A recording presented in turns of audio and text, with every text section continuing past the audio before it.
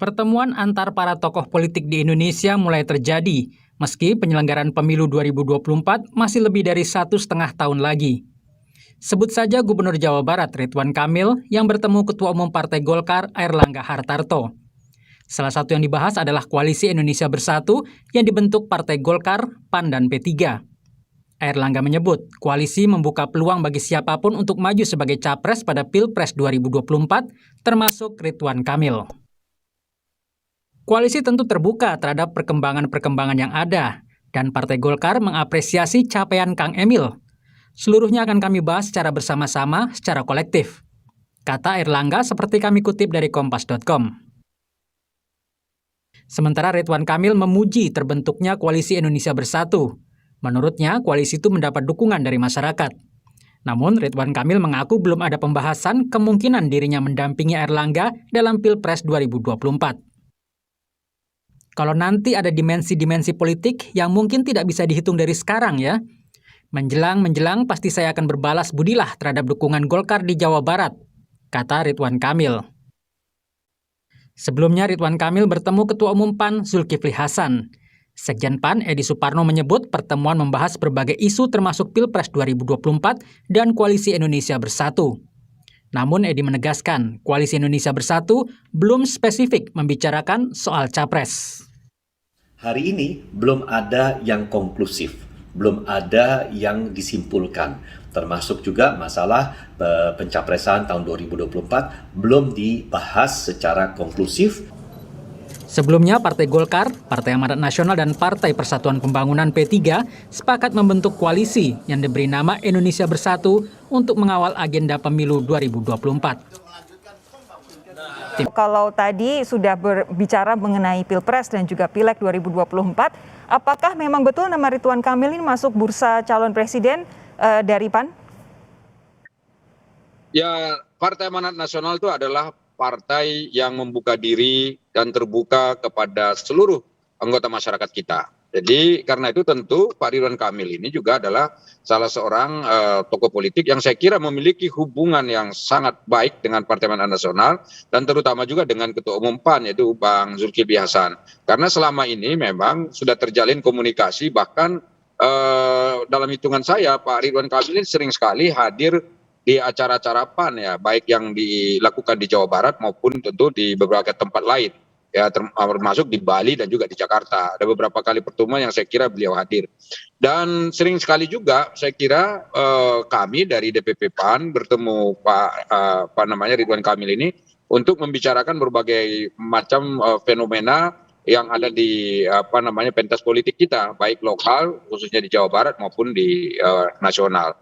Nah karena itu tentu ya karena ada kedekatan seperti ini tentu kita juga merasa bahwa Pak Ridwan Kamil ini tentu memiliki peluang juga untuk diusung ya sebagai pemimpin nasional. Tetapi tentu sama seperti yang disampaikan sebelumnya bahwa memang belum ada pembicaraan secara khusus spesifik lintas partai yang tiga ini ya untuk mengusung salah seorang calon dan kandidat. Dan karena itu ini masih terbuka. Jadi Ridwan Kamil bisa saja dicalonkan, kemudian mungkin calon-calon lain seperti Pak Anies Baswedan juga masih mungkin, kemudian Pak Ganjar juga mungkin masih mungkin, tokoh-tokoh lain ya tentu Pak Airlangga dari internal partai juga masih mungkin, dan tentu Partai Amanat Nasional juga jika dimungkinkan nanti kita juga punya kader-kader sendiri juga yang mungkin bisa tampilkan untuk menjadi calon presiden ataupun wakil presiden. Jadi masih tahapnya penjajakan, tapi begini, hari ini Kang Emil itu bilang bahwa Koalisi Indonesia Bersatu diterima dengan baik oleh masyarakat. Ini tampaknya sudah saling melempar pujian ini. Maksudnya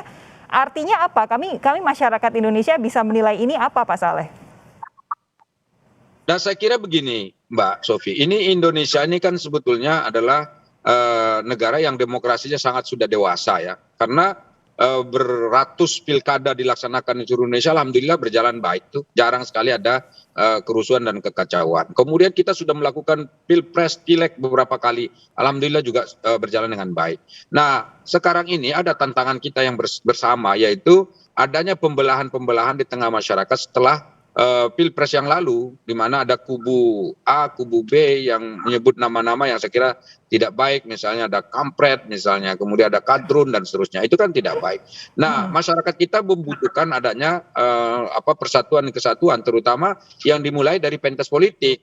Nah, pentas politik sekarang ini saya kira harus dibenahi. Dalam konteks itulah maka adanya koalisi ini disambut baik oleh masyarakat, ada harapan di sana bahwa nanti partai-partai yang lain juga akan juga mengusung calon-calon presiden secara terbuka seperti yang kita lakukan hari ini. Oke. Dan ini tentu diharapkan dapat menjawab kerinduan masyarakat tadi terhadap kenyamanan, ketentraman pasca pemilu dan pilpres terutama. Begini, Pak Saleh, kan saya mau tanya ini, sebenarnya kalau di mata PAN secara umum begitu, seperti apa sih sosok Ridwan Kamil? Karena tadi Anda kan ada di dalam pertemuan, moodnya bagaimana? Apa yang disampaikan antara kedua belah pihak? Ini saya terus mengorek-orek, siapa tahu Pak Saleh bisa kasih bocoran ini soal bagaimana perjalanan pertemuan tadi. Saya akan bocorkan karena gini, saya hadir dalam pertemuan itu. Pertemuan itu dimulai dengan cerita perjalanan Pak Zulhas misalnya menunaikan ibadah umroh 10 malam terakhir Ramadan. Kemudian setelah itu berangkat ke Amerika untuk menjenguk anaknya yang sedang kerja di sana untuk minta supaya pulang ke tanah air misalnya seperti itu.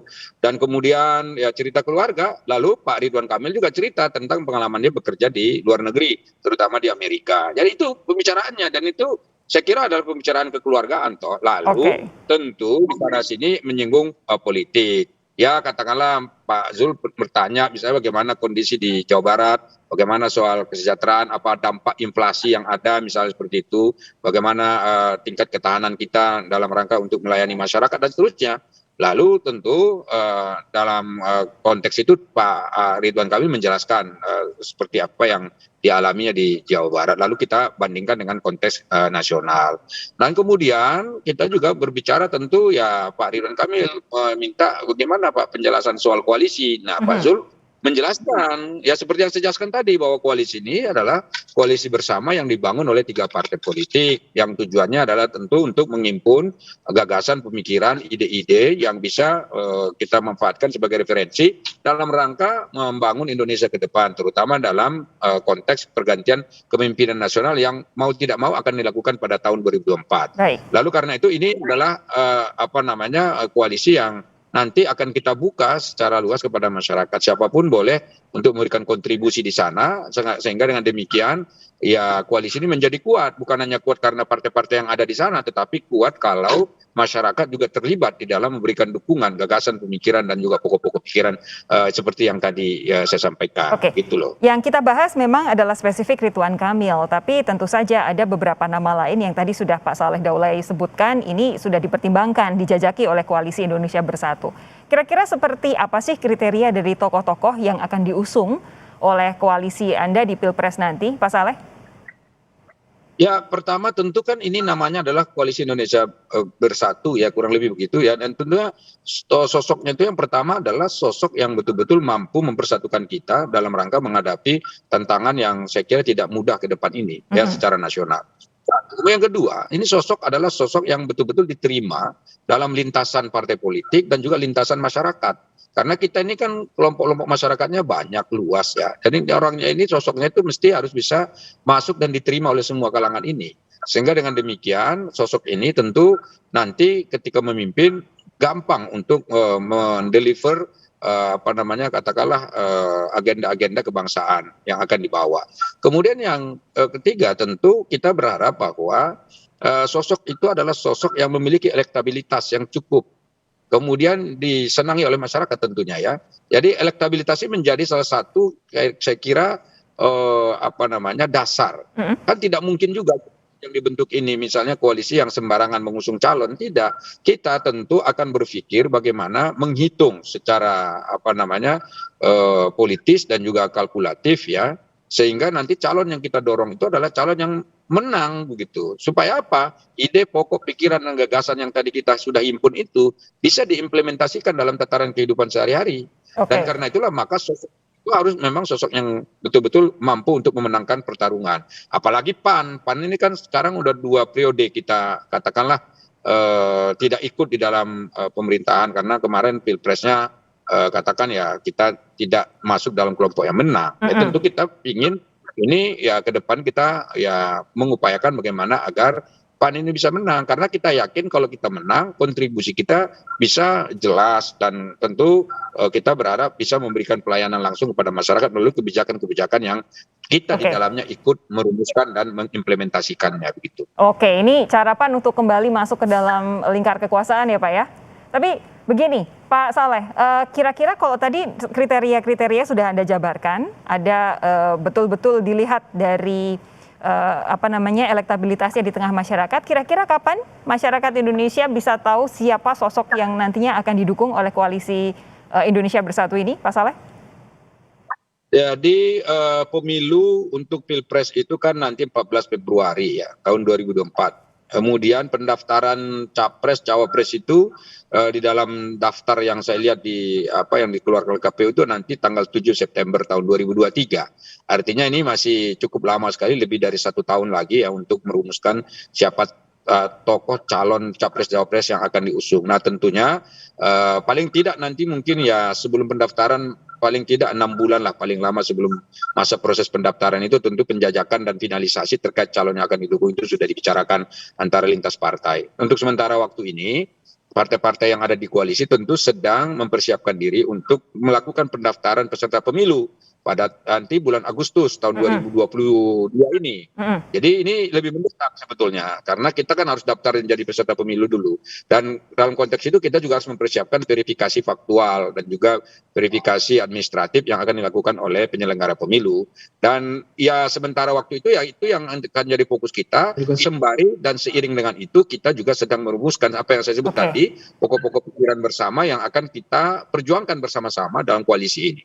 Yang penting ini koalisi harus tetap bersatu, harus tetap bersama, sehingga dengan demikian nanti gagasan dan yang kita inginkan untuk memperbaiki dan memperbarui pembangunan dan arahnya ke depan itu bisa lebih baik.